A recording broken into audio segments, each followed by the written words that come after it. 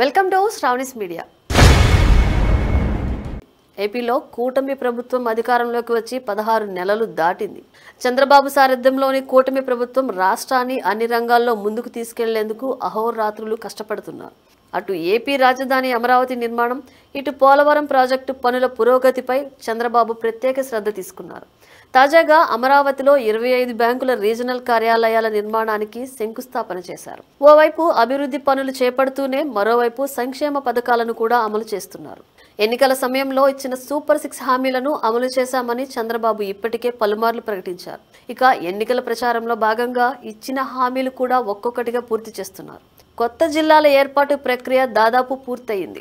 అర్హులైన లబ్ధిదారులకు ప్రభుత్వ పథకాలు అందిస్తున్నారు. త్వరలో 3 లక్షల టిడ్కో ఇళ్లను కూడా అర్హులకు అందిస్తామని ప్రకటించారు.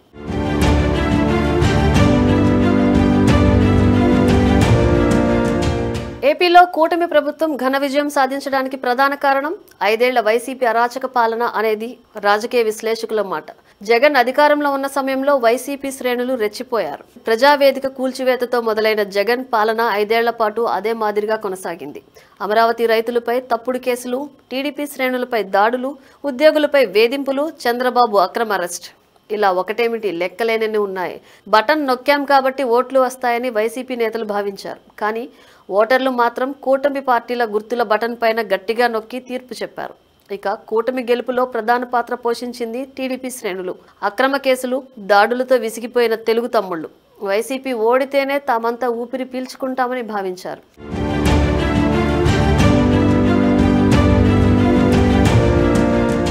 ఇక ఎన్నికల సమయంలో చంద్రబాబు ఇచ్చిన హామీ కూడా టీడీపీ నేతలు, కార్యకర్తలకు ఉత్సాహాన్ని ఇచ్చింది. అధికారంలోకి వచ్చిన వెంటనే ప్రత్యేక దర్యాప్తు బృందం ఏర్పాటు చేస్తామని చంద్రబాబు హామీ ఇచ్చారు. అక్రమ కేసులు బనాయించిన వైసీపీ అనుకూల అధికారులపై చర్యలు తీసుకుంటామన్నారు. వైసీపీ సర్కారులో ఇబ్బందులు పడిన ప్రతి ఒక్కరికి న్యాయం చేస్తామన్నారు కూడా. కానీ కూటమి అధికారంలోకి వచ్చి ఇప్పటికే 16 నెలలు దాటింది. ప్రత్యేక కమిషన్ ఏర్పాటు చేసి అక్రమార్కులపై చర్యలుంటాయన్నారు. కానీ ఇప్పటి వరకు కమిషన్ ఊసే లేదు. తాజాగా చంద్రబాబు పైన నమోదైన ఫైబర్ నెట్ కార్పొరేషన్ కేసులో మాత్రం మాజీ, తాజా ఎండీలు విజయవాడ ఏసీబీ కోర్టులో హాజరయ్యారు. ఫైబర్ నెట్ కేసులో ఎలాంటి అక్రమాలకు చోటు లేదని సిఐడి ఇచ్చిన వేదికతో ఏకీభవిస్తున్నట్లు లిఖితపూర్వకంగా తెలియజేశారు.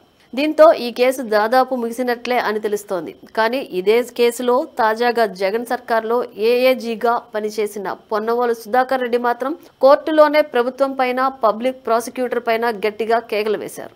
నాడు చంద్రబాబు సహా టీడీపీ నేతలపై అక్రమ కేసుల వెనుక పొన్నవోలు హస్తం కూడా ఉంది. కానీ ఆయనపై ఇప్పటి వరకు ఎలాంటి న్యాయపరమైన చర్యలు తీసుకోలేదు. పొన్నవోలు పైనే కాదు, ఎంతమంది వైసీపీ అనుకూల అధికారులు ఇప్పటికీ ప్రభుత్వంలో కీలక పోస్టుల్లో ఉన్నారని తెలుగు తమ్ముళ్ల ఆగ్రహం వ్యక్తం చేస్తున్నారు. ఇప్పటికైనా ఎన్నికల సమయంలో టీడీపీ శ్రేణులకు ఇచ్చిన ప్రత్యేక కమిషన్ ఏర్పాటు చేయాలని డిమాండ్ చేస్తున్నారు.